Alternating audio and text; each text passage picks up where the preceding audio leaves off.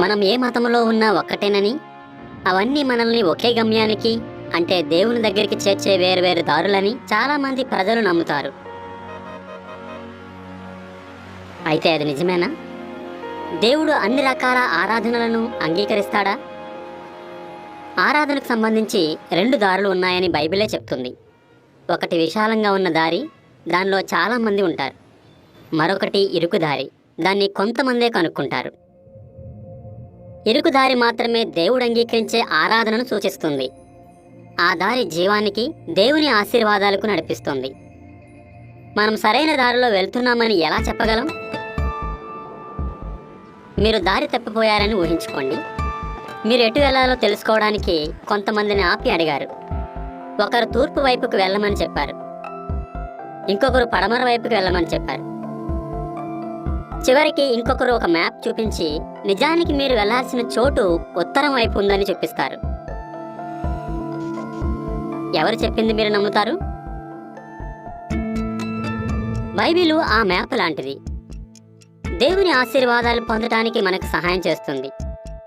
అయితే ఇన్ని వేర్వేరు రకాల నమ్మకాలు ఎందుకున్నాయి? ఉదాహరణకు, మనిషి ఆత్మ ఎక్కడో ఆత్మలు ఉండే లోకంలో మరణం లేకుండా జీవిస్తుందని చాలా మతాలు బోధిస్తాయి. అయితే మరికొన్ని మతాల వాళ్ళు వేరే మనిషిగా గాని లేదా వేరే రూపంలో గాని మళ్ళీ పుడతారని నమ్ముతారు. అన్ని మతాలు ఒకేలా బోధించవని చెప్పడానికి ఇది ఒక్క ఉదాహరణ మాత్రమే. మరి అలాంటప్పుడు అన్ని మతాలు సత్యాన్నే బోధిస్తున్నాయా? మ్యాప్ ప్రకారం అంటే బైబిల్ ప్రకారం చనిపోయిన వాళ్ళకు ఏమీ తెలియదు. దేవుడు అనుకున్న సమయంలో చనిపోయిన వాళ్ళను ఆయన తిరిగి లేపుతాడు.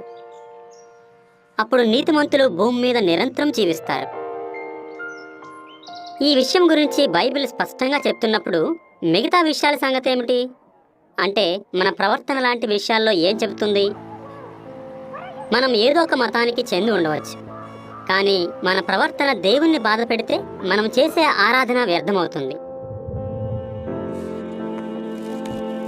ఈ రోజుల్లో ఆత్మ నిగ్రహం లేని వాళ్ళు, క్రూరులు, మంచిని ప్రేమించని వాళ్ళు ఎక్కువగా ఉంటారని బైబిల్ బోధిస్తోంది. అయితే దేవుని నిజమైన ఆరాధకులు వాళ్ళ మాటల్ని, పనుల్ని అదుపులో ఉంచుకుంటూ శాంతి పరులుగా ఉంటారని బైబిల్ చెప్తోంది. దేవుణ్ణి సంతోషపెట్టే మతాలు చాలా ఉన్నాయని చెప్పే బదులు దేవుడు అంగీకరించే నిజమైన మతం ఒక్కటే ఉంటుందని బైబిల్ చెప్తోంది. సత్యారాధన దేవునితో మంచి సంబంధాన్ని పెంచుకోవడానికి, శాశ్వత జీవితాన్ని సంపాదించుకోవడానికి నడిపిస్తోంది. నిజమైన మతాన్ని ఎలా గుర్తుపట్టవచ్చు? దేవుణ్ణి సంతోషపెట్టాలంటే తప్పనిసరిగా ఏదైనా ఒక మతంలో సభ్యునిగా ఉండాలా? దీని గురించి ఇంకా చాలా విషయాల గురించి బైబిల్ ఏం చెప్తుందో తెలుసుకోవడానికి